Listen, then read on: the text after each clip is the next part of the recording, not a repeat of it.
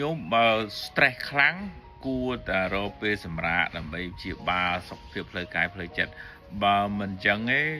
វាបាក់ស្រឹបទៅយើងពិបាកស្រោចស្រង់មិនមែនថាឲ្យគិតពីដើរលេងទេប៉ុន្តែថាសំខាន់រឿងគេងអ្នកកើតជំងឺនឹងច្រើនតែគេងមិនលក់ហើយនឹងញ៉ាំអាចអត់ឃ្លានឬក៏ញ៉ាំទៅពីទៅប្រទេសទៅបដាហើយនឹងសកម្មភាពផ្លូវកាយព្រោះជំងឺនោះវាធ្វើឲ្យយើងចេះខ្ជិលស្ទូអត់ងើបអត់ចេញដើរទៅណាវាអត់ត្រូវពលឺថ្ងៃអត់ត្រូវខ្យល់អញ្ចឹងវាជន់យើងមកដោយហើយជួយចិត្តបន្ទោសខ្លួនឯងជួយចិត្តបន្ទោសគេជុំវិញខ្លួនមានគំនិតអវិជ្ជមានអានោះវារឹតតែជន់ទៅតែតោះឡើងងើបចេញធ្វើសកម្មភាពហាត់ប្រាណធ្វើម៉េចបិទទូរស័ព្ទអី